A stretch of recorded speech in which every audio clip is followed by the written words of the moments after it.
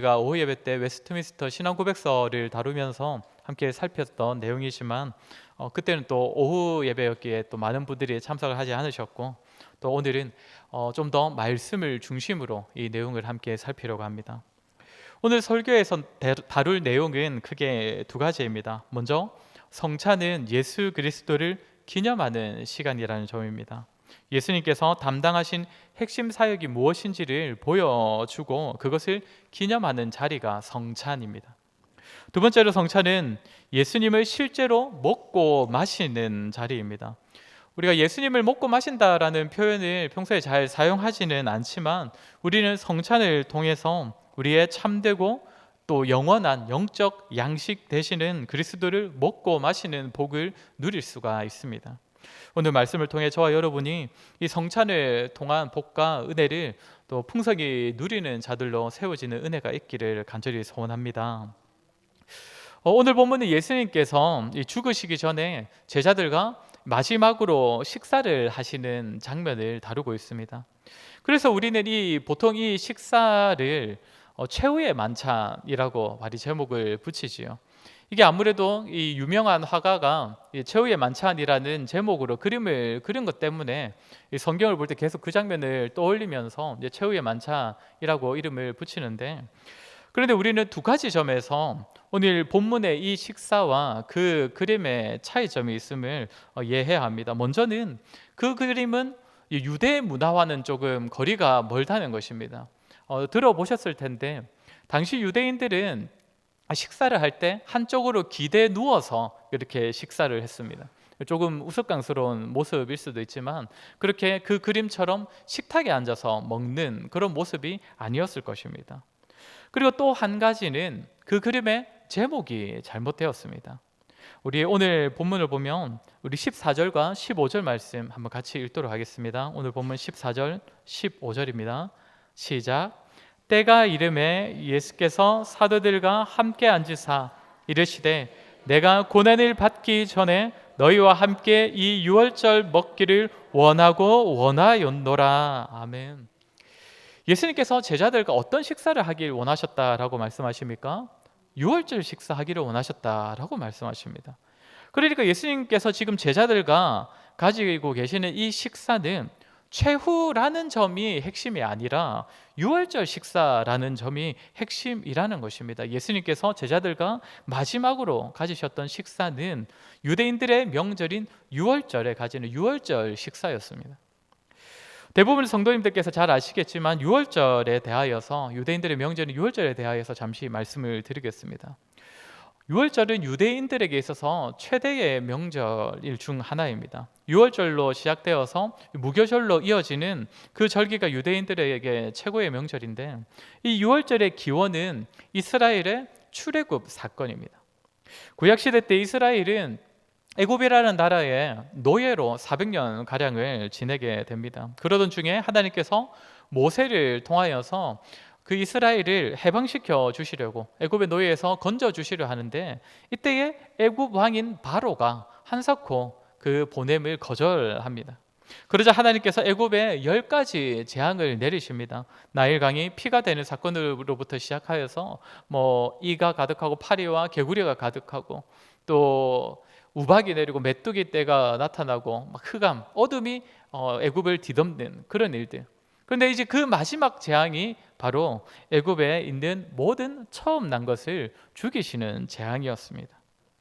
이때에 이스라엘 백성들도 사실상 죄인이기 때문에, 또한 애굽이라는 나라에 살고 있었기 때문에 이스라엘 백성들도 각 가정마다 처음 난, 그러니까 장자들이 다 죽임을 당했어야 하는데, 이때 하나님께서 이 10번째 재앙을 피할 길을, 피할 수 있는 방편을 마련해 주십니다.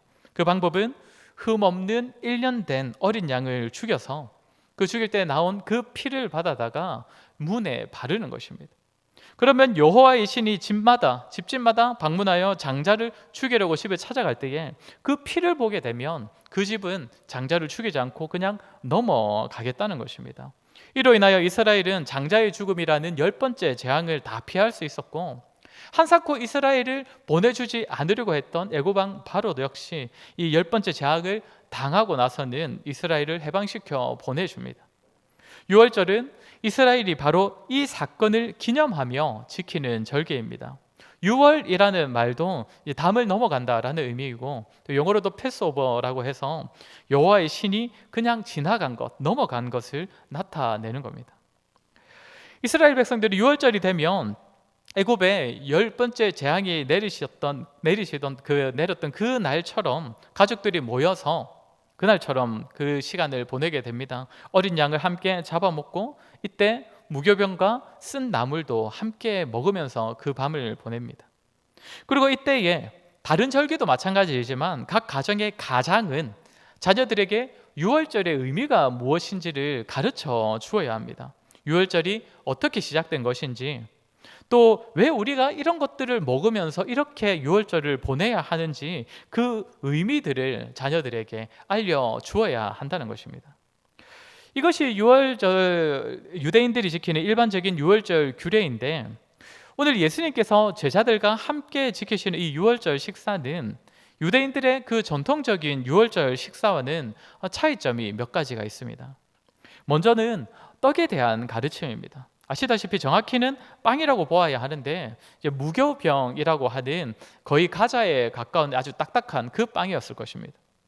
오늘 본문에서 예수님께서 제자들에게 이 빵을 나누어 주시면서 이제 가장의 역할을 하셔야 하지 않겠습니까? 함께 먹는 그 빵에 대하여서 설명을 해 주시는데, 그러면 제자들은 당연히 예수님의 입에서 어떤 설명이 나올 것이라고 기대하겠습니까? 자신들이 어렸을 때부터 늘 들어오던 대로 이 빵은 광야 시절 우리 조상들이 먹었던 그 고난의 떡을 상징한다, 그런 말씀을 해 주실 거라고 기대를 했을 것인데, 오늘 예수님께서는 뭐라고 말씀을 하십니까?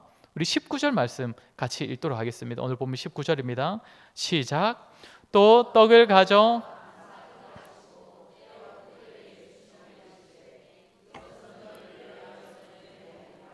너희가 이를 행하여 나를 기념하라 하시고, 이 떡은 너희를 위하여 주는 내 몸이라고 하시는 겁니다.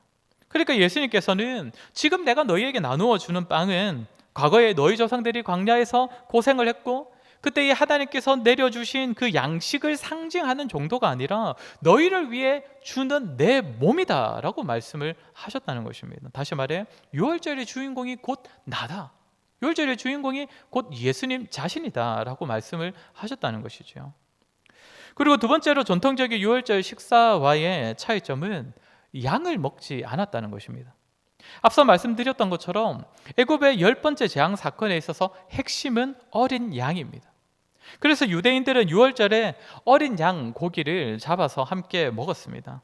당시 이스라엘 사람들은 형편적으로 양 고기를 먹는 것이 결코 쉽지는 않았을 것인데, 형편이 안 되면 가까운 친척들 또 가까운 이웃들과 함께 모여서라도 반드시 이 어린 양의 고기를 함께 먹으면서 유월절 식사를 가졌습니다. 그런데 오늘 예수님께서 제자들과 함께 가지시는 유월절 만찬에는 어린 양이 등장하지 않습니다.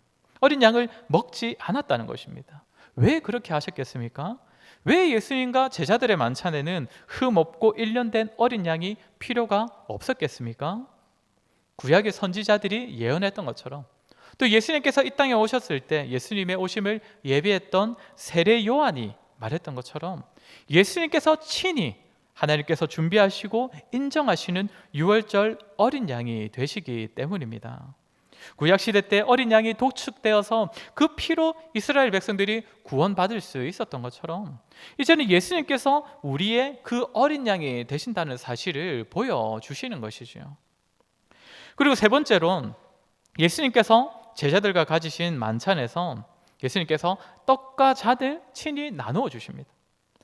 앞서 떡을 자신의 몸이라고 하셨고 또 자신이 친히 어린 양 되심을 보여주신 예수님께서 떡과 잔을 제자들에게 나누어 주시면서 이것이 내 몸이고 내 피라고 말씀하십니다. 이 역시도 유대인들의 유월절 만찬과는 조금 다른 점입니다. 근데 여기서 우리가 하나 생각해 볼 것은 예수님께서 왜 자신의 몸과 피를 나타내실 때 떡과 포도주라고 말씀하시지 않고 떡과 잔이라고 말씀을 하시냐는 것입니다. 사실 우리가 이제 이미지를 떠올려 보면 살과 피는, 그러니까 몸과 피는 떡과 포도주가 되어야 맞는 것 같은데 예수님께서는 늘 떡과 잔이라고 말씀을 하셨다는 것입니다. 이것은 떡과 잔이 가지는 그 떡과 잔이라는 이 단어들 앞에 지금 생략되어 있는 단어들이 있기 때문입니다. 우리 19절 아까 보셨는데 19절을 다시 보시면 예수님께서 떡을 가지고 어떻게 하십니까? 제자들에게 떼어서 나누어 주십니다. 즉 예수님께서 제자들에게 자기 몸이라고 하시면서 나누어 주신 떡은 그냥 떡이 아니라 떼어낸 떡이라는 것입니다. 뜯어진 떡, 찢어진 떡이라는 것이죠. 그리고 잔도 그냥 잔이 아닙니다. 우리 20절 말씀도 같이 읽겠습니다. 20절입니다. 시작. 저녁 먹은 후에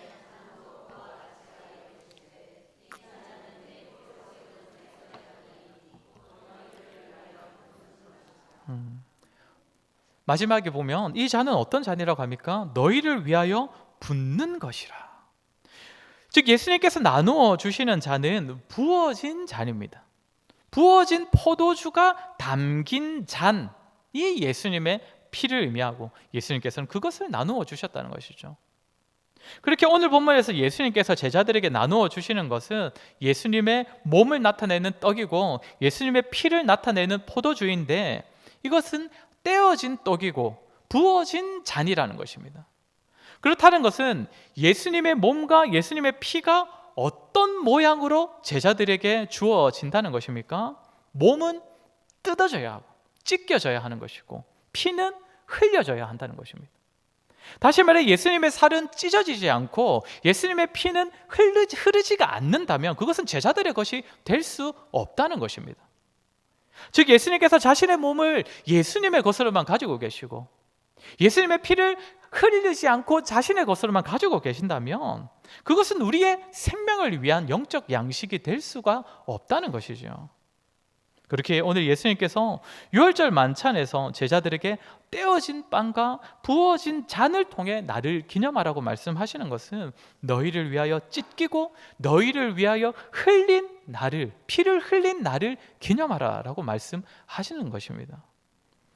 이처럼 성찬은 우리 주님을 기억하고 기념하는 예식인데 특별히 주님께서 자신의 살이 찢기시고 또 자신이 피를 흘리신 그 죽음을 통해 자신을 우리의 생명의 양식으로 주셨음을 기억하고 기념하는 그런 예식입니다.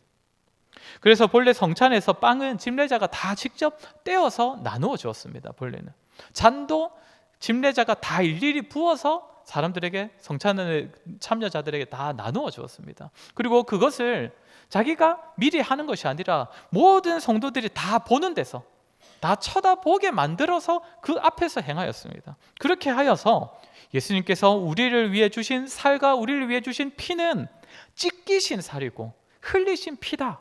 이것을 보도록 하게 주었다는 것이죠. 그렇게 우리가 성찬을 보이는 말씀이라고 말하는 것입니다. 우리가 설교를 통하여 예수 그리스도의 복음을 아는 것처럼 성찬을 통하여서도 우리가 그 의미를 제대로 알고 성찬에 참여를 한다면 우리의 죄를 위하여 또 우리의 생명이 되시기 위하여서 찢기시고 피 흘리신 예수님을 성찬을 통해 볼 수 있기 때문입니다. 이 차원에서 오늘 우리가 종료주일과 이 성찬식을 함께 지키는 것은 의미가 잘 어울린다고 말할 수 있을 것입니다. 물론 그렇다고 해서 우리가 이 성찬을 또 장례식 같은 분위기로 지켜야 하는 것은 아니지만 우리가 이 빵과 포도주를 먹고 마실 때에 우리에게 생명 주시기 위하여서 살이 찢기시고 또 피를 흘리심으로써 자신을 내어주신 주님을 우리가 바라볼 수 있어야 할 것입니다. 이제 두 번째로 함께 살필 것은 성찬은 하나님의 은혜, 하나님의 은혜의 그 통로이자 은혜의 방편으로 주어졌다는 사실입니다.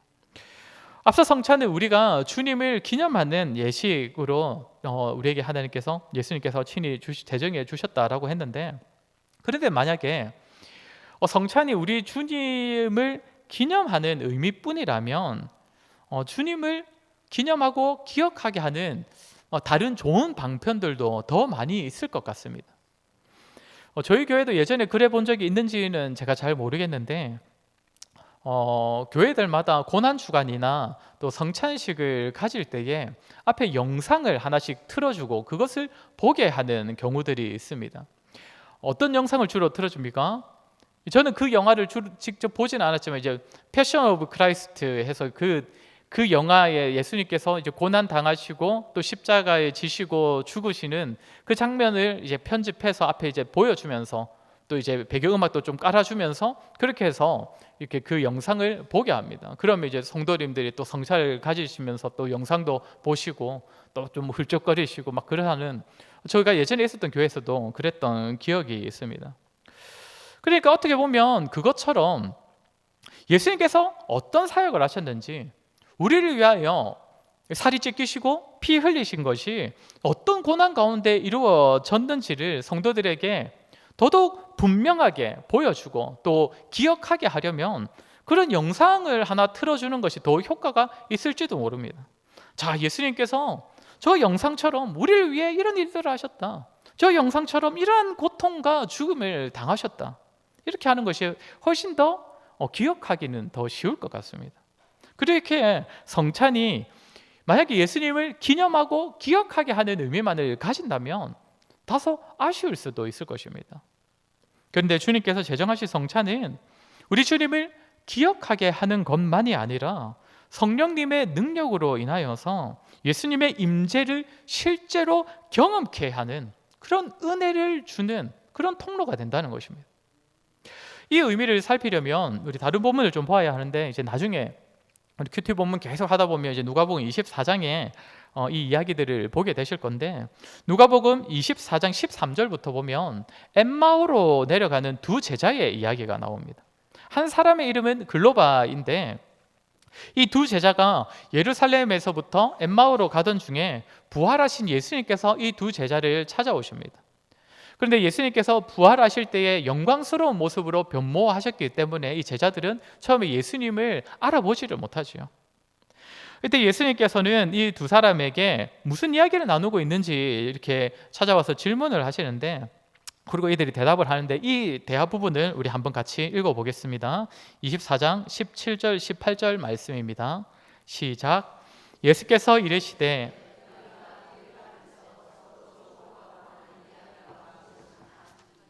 두 사람이 슬픈 빛을 띠고 머물러 서더라.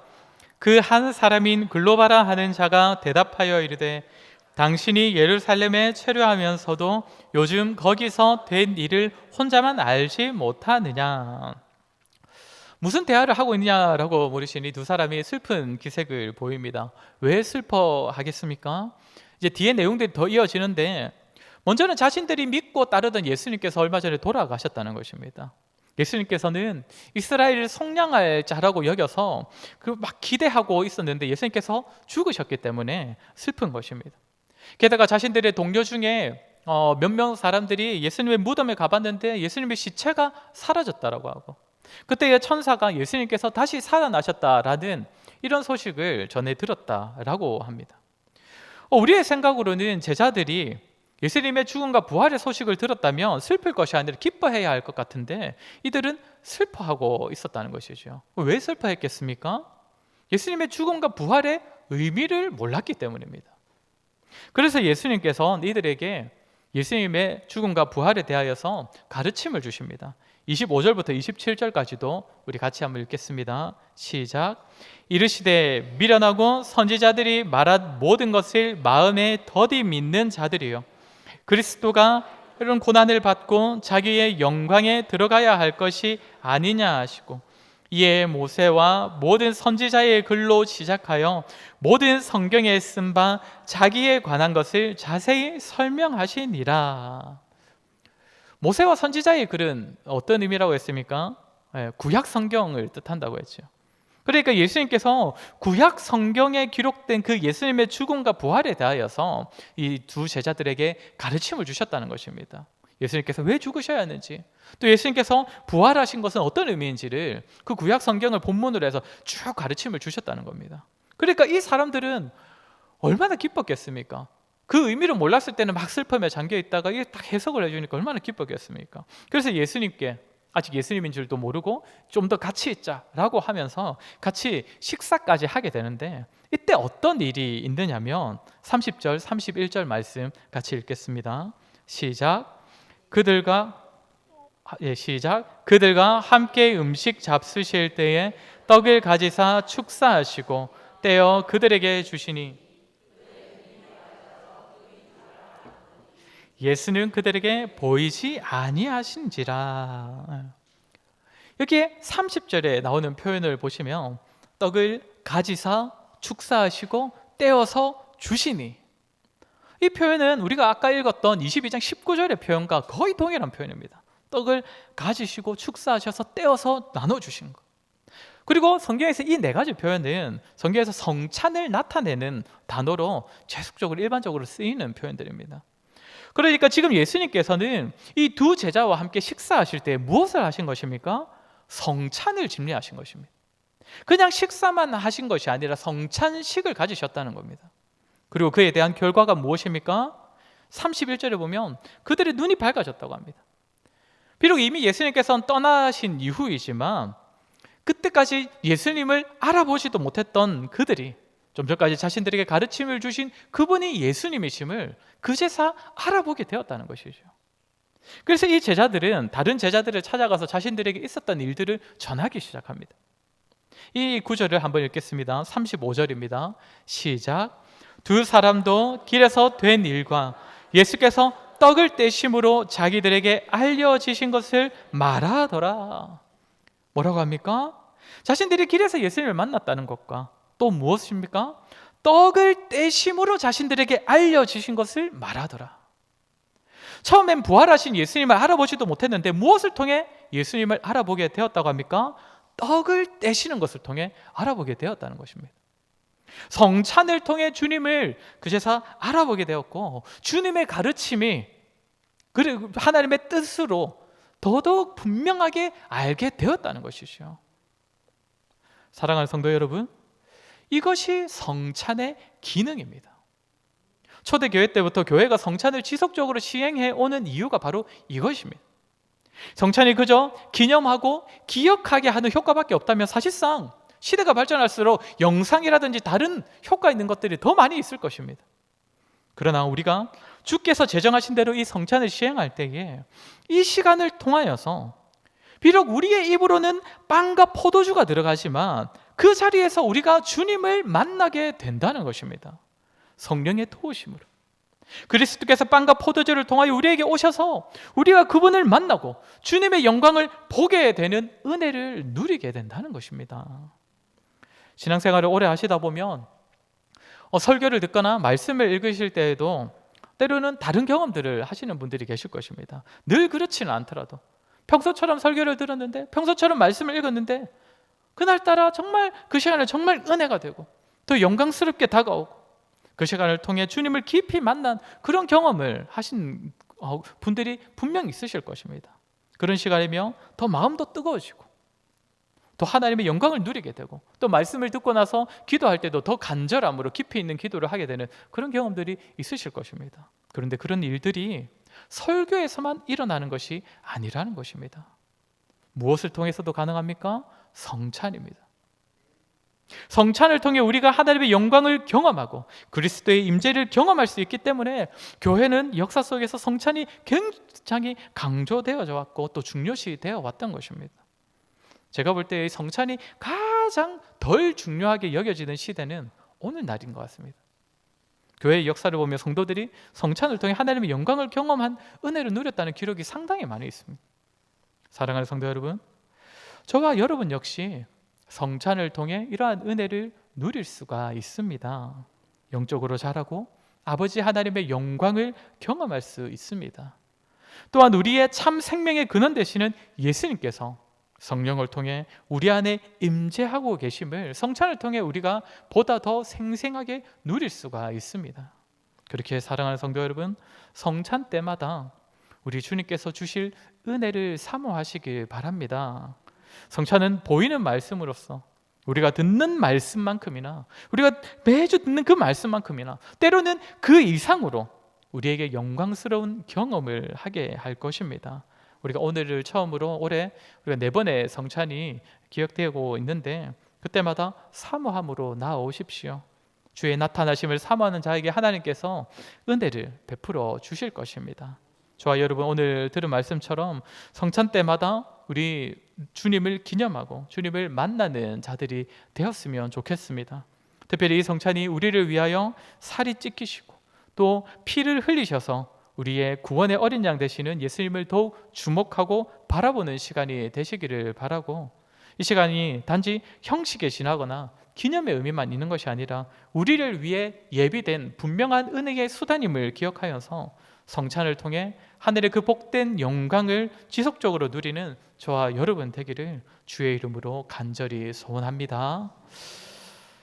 네, 이제 바로 이어서 우리